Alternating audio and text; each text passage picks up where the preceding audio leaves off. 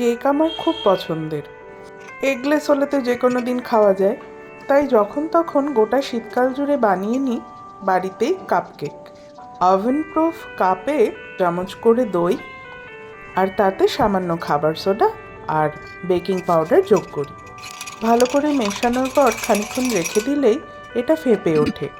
এরপর একে একে মেল্টেড বাটার অথবা সাদা তেল অথবা ঘি 1 চামচ যোগ করি 1 চামচ গুঁড়ো দুধ, 1 থেকে 1.5 চামচ আটা, একটা করে স্যাশে কফি, মিষ্টত্বের জন্য 1 চামচ করে গুড়।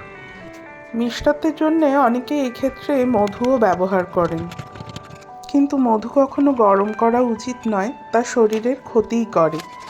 তাই মধু আমি কেক বানানোর ক্ষেত্রে অ্যাভয়েড করি।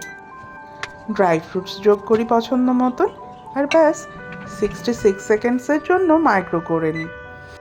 বের করে দেখে নিই কতটা হয়েছে, আবারও 66 সেকেন্ডসের জন্য প্রয়োজনে চালিয়ে নিই মাইক্রো।